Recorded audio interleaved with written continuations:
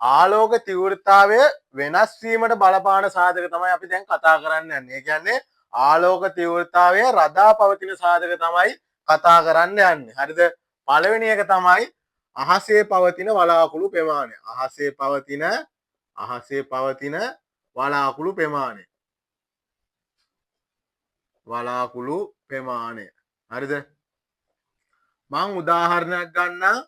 දවස් දෙකක් ගන්න. හරිද? මේ පළවෙනි දවස, මේ දෙවෙනි දවස. හරිද?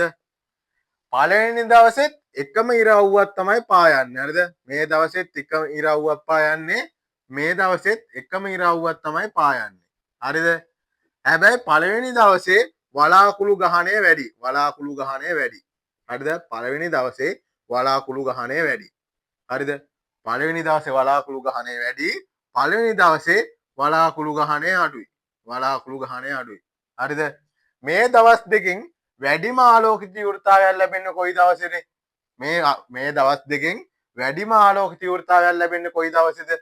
ඔයාලට පේනවනේ මේ දවසේ තමයි වැඩිම දවස. ඒ කියන්නේ වැඩිම ආලෝක තීව්‍රතාවයක් ලැබෙන්නේ අපිට දෙවෙනි දවසේ තමයි වැඩිම ආලෝක තීව්‍රතාවයක් ලැබෙන්නේ. ඇයි මෙතන වලාකුළු ගහණය වැඩිනේ. මෙතන වලාකුළු ගහණය වැඩි නිසා ලැබෙන සූර්ය විකිරණ ප්‍රමාණය අඩුයිනේ. මේ පෙරිලානේ ඉන්නේ වලාකුළු වලින් පෙරිලා තමයි මේ පොළොවට පත්වීමක් සිදු වෙන්නේ. ඒ කියන්නේ වලාකුළු ගහණය වැඩි නම් ආලෝක තීව්‍රතාවය අඩුයි. හරිද? වලාකුළු ප්‍රමාණය වැඩි නම් ආලෝක තීව්‍රතාවය අඩුයි. ඒ කියන්නේ වලාකුළු ගහණය වැඩි වුණාම මේ සූර්ය විකිරණ පෙරිලානේ ඉන්නේ. දැන් මෙතන නෑ නිල් වර්ණ හස්කුසක් තියෙන්නේ කෙලින්ම මේ වලාකුළු ගහණයත් අඩුයි. වැඩි ආලෝක තීව්‍රතාවයක් පොළොව මතට පතිත වෙනවා. ඒ කියන්නේ අහසේ පවතින වලාකුළු ප්‍රමාණය වැඩි නම් ආලෝක තීව්‍රතාවය අඩුයි. හරිද? අහසේ පවතින වලාකුළු ප්‍රමාණය වැඩි නම් ආලෝක තීව්‍රතාවය අඩුයි. අහසේ පවතින වලාකුළු ප්‍රමාණය අඩුයි නම් ආලෝක තීව්‍රතාවය වැඩි. ඒක තේරුණානේ. අපි දෙවෙනි සාධකය බලමු. දෙවෙනි සාධකය තමයි මුහුදු මට්ටමේ සිට ඇති උස. මුහුදු මට්ටමේ සිට ඇති උස. මේ මුහුදු මට්ටමේ සිට ඇති උස සමග මේ ආලෝක තීව්‍රතාවය වෙනස් වෙනවා. පළවෙනි සාධකය මොකක්ද කිව්වේ? අහසේ පවතින වලාකුළු ප්‍රමාණය කිව්වා. දෙවෙනි සාධකය තමයි මුහුදු මට්ටමේ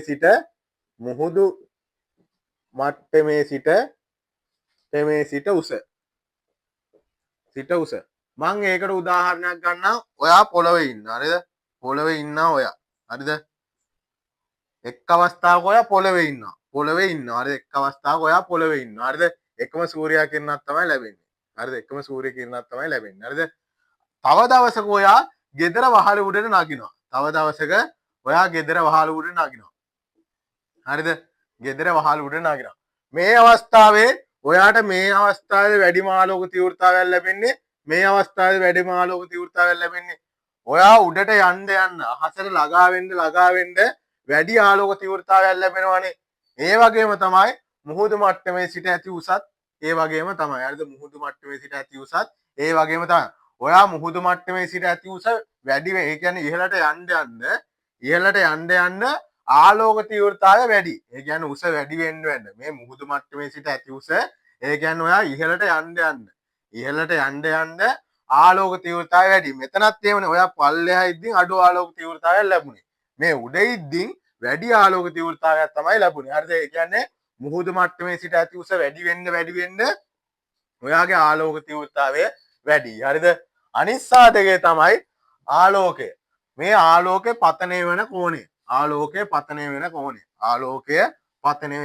ඒ කියන්නේ ආලෝක තීව්‍රතාවය රඳා පවතින සාධක මම දැන් තුනක් කිව්වා. හරිද? පළවෙනි එක කිව්වා අහසේ පවතින වලාකුළු ප්‍රමාණය. හරිද? වලාකුළු ප්‍රමාණය.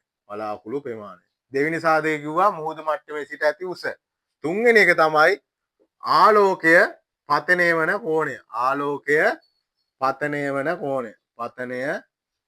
කෝණය. මේ ආලෝකයේ පතනය වෙන කෝණය අනුව දැන් ඔයා ඉස්කෝලේ ගිහින් උදේ ඉඳන් පිට්ටනියේ ඉන්නේ. හරිද?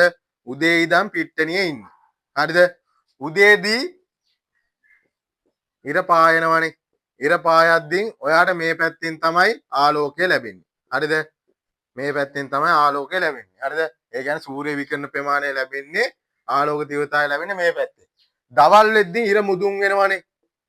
ඉර මුදුන් වෙද්දී ඔයාට සූර්යාලෝකය ලැබෙන්නේ කොයි පැත්තෙන්ද? මේ පැත්තෙන්නේ. සූර්ය කිරණ ලැබෙන්නේ මේ පැත්තෙන්. ඊට පස්සේ හවස් වෙද්දී ඉර බහිනවනේ. ඉර බැස යනවනේ. එතකොට ඔයාට සූර්යාලෝකය හම් වෙන්නේ මේ පැත්තෙන්නේ. ඒක තේරුණානේ.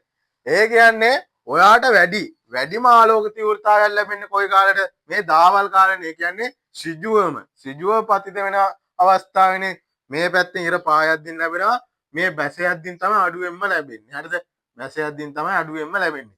ඒ කියන්නේ මේ ආලෝකය පතනය වෙන කෝණය අනුව ආලෝක තීව්‍රතාවය මේ වෙනස් වීමක් සිදු වෙනවා. ඒ කියන්නේ මේ පැත්තෙන් ආලෝක තීව්‍රතාවයට වඩා මේ ඍජුවම පතිතෙද්දී ආලෝක තීව්‍රතාවය වැඩිනේ. මේ පැත්තෙන් තමයි අඩුම. ඒ කියන්නේ මේ සූර්යා ඉර පායද්දින්ම මේ ඉර පායද්දින් තමයි අඩුම ආලෝක තීව්‍රතාවය ලැබෙන්නේ. හරිද?